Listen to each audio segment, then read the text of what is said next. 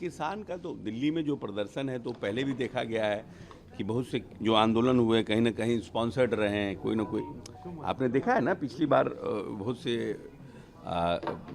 Video और ये सब वायरल हुए थे जिसमें। तो अब डिमांड, एक्चुअल डिमांड क्या है, उसको बैठ करके विचार विमर्श से ना उसको उसका हल निकल सकता है और उस पर रास्ता निकालना चाहिए। तो ये लोग उग्र प्रदर्शन करते हैं, दिल्ली बंद करने का प्रयास करते हैं, तो नेचुरली सरकार को दिल्ली तो बंद करेगी नहीं। सरकार तो अपने आप को दिखाएगी नहीं कि हम लाचार हो गए हैं, हम किसानों को आगे घुटना टेक दिए हैं, दिल्ली बंद कर दिया है, ना पानी आ रहा है ना सब्जी आ रहा है। ऐसा तो नहीं कि सरकार करेगी, तो उसको लिए लाठीचार्ज करेगी, आंसू गैस के गोले छोड़ेगी, रोड को खोलेगी कि भाई आम जो जनमानस जन सामान्य हो रहे। तो उस परिस्थिति में लोगों को लगता है कि सरकार हमारे विरोधी है। उपराष्ट्रपति ने भी इस पर बयान दिया था, कहा था कि किसानों से एक वार्तालाप होना चाहिए। नहीं, वार्तालाप होना चाहिए। हम लोग तो बातचीत में ही, प्रजातंत्र लोकतंत्र में बातचीत में ही हम लोग विश्वास करते हैं और बातचीत का रास्ता हमेशा खुला रहना चाहिए। लेकिन है कि बातचीत के रास्ते खोलने के लिए आपको भी स्ट्रेस एफर्ट करना पड़ेगा। आपको धरना प्रदर्शन, आप डेलीगेशन प्राइम मिनिस्टर से टाइम मांगिए, इनसे टाइम मांगिए, प्रयास होना चाहिए। आसाम में जिस तरीके से बीफ को सर्व करने पर बैन किया गया है, अब क्या लगता है कि इस तरीके के अब बिहार में भी होंगे? क्योंकि बिहार में भी कई लोगों का मानना है कि इस तरीके के बीफ नहीं सर्व होना चाहिए। देखिए, हम लोग सनातन पद्धति में विश्वास करने वाले लोग हैं और गौ हत्या पर लंबे समय से हमारे यहाँ चर्चा हो रही है। हम जब बचपन में हम लोग छोटे थे तो जब सत्यनारायण भगवान का पूजा होता था तो लोग कहते थे, पंडित जी जयकारा लगवाते थे, कहते थे धर्म की जय हो, अधर्म का नाश हो, प्राणियों में सद्भावना हो, विश्व का कल्याण हो, गौ हत्या बंद हो। तो हम लोग उसी संस्कार से आगे बढ़े हैं, यही बात सुन सुन के हम लोग आगे बढ़े हैं, तो हम लोग भी उसके पक्षधर हैं। लगातार मुख्यमंत्री के यात्रा पे सवाल उठ रहे हैं जी, कहा जा रहा है कि 250 करोड़ रुपये कहाँ खर्च किए जाएंगे। नहीं, देखिए ऐसा है ना कि ये वैसे लोग हैं जो इनको बिहार की तरक्की देखा नहीं जाता है। बड़ी आबादी अपनी क्या नाम है, लालू जी ने अपनी पत्नी को तो मुख्यमंत्री बना दिया और महिला सशक्तिकरण की बात कह दी, लेकिन पंचायती राज व्यवस्था में उन्होंने आरक्षण नहीं दिया, ये तो नीतीश कुमार ने दिया। सिपाही की भर्ती में उन्होंने आरक्षण नहीं दिया, ये तो नीतीश कुमार ने दिया। आज पूरे देश में बिहार पहला राज्य है जहाँ पर सबसे ज़्यादा सिपाहियों की भर्ती महिलाओं की बिहार में है और हम अव्वल नंबर पर हैं, जो बिहार सबसे पिछले राज्यों में गिना जाता था। तो जो महिला सशक्तिकरण पर जब सरकार खर्च करके काम कर रही है, उनके बीच जाने का काम करे, आर्थिक, सामाजिक, राजनीतिक रूप से हम उनको और कैसे सबल करें ये आधी आबादी को, उसके लिए प्रयास कर रहा है। जब लालू जी यहाँ थे तो पर कैपिटा इनकम बिहार का क्या था? मात्र 7,000, मात्र 7,000। आज कितना है? 37,000। कैसे संभव हुआ? नीतीश कुमार की नीति से संभव हुआ ना। तो आज जो नीतीश कुमार की नीति के ऊपर आप प्रश्न उठा रहे हैं, पहले उनका काम देखिए।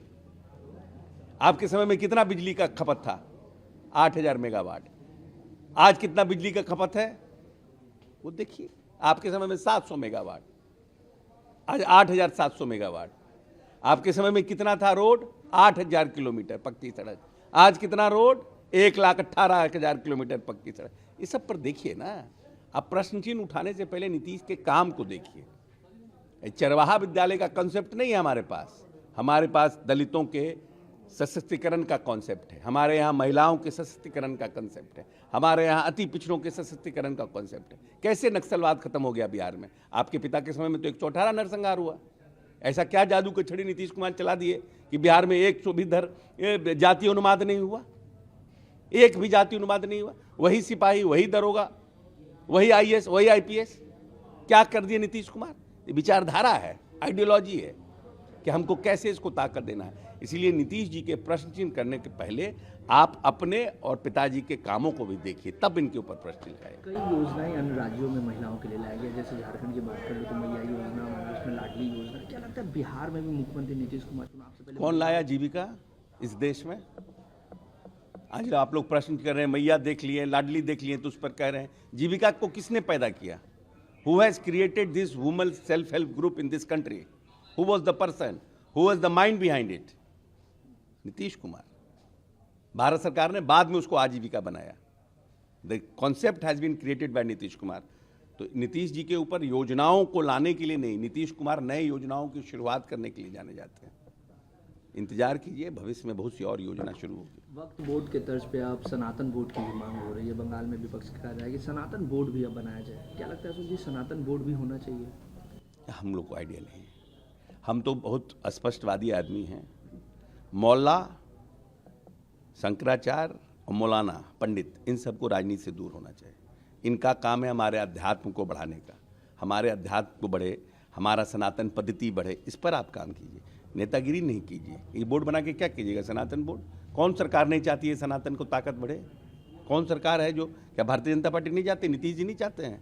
नीतीश ने कितना मंदिरों का उत्थान कराया, जीर्णोद्धार कराया, तो सनातन बोर्ड क्या करेगा? वो भी यही करेगा। हम लोग इस सब के पक्ष में नहीं हैं। आपका काम जो है उस काम में आप लगिए, मेरा जो काम है हम उस काम में लड़ेंगे। हमको 5 साल का सरकार प्रजातंत्र में ताकत मिली है, हम 5 साल के बीच जनता के बीच जाएंगे, हम जनता के पक्ष में काम नहीं करेंगे, जनता हमको रिजेक्ट करेगी, दूसरे को लाएगी। मगर आप इसमें कौन है? न 3 में है न 13 में है। क्यों आप इसमें करते हैं कि ये होना चाहिए, ये होना चाहिए? Who are you? ये गलत है। अब बॉलीवुड स्टार आके बयानबाजी करते हैं, उनका क्या मतलब है इससे?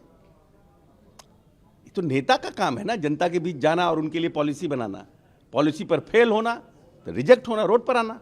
ये जनता, ये तो मेरा और जनता के बीच का तारतम्य है ना।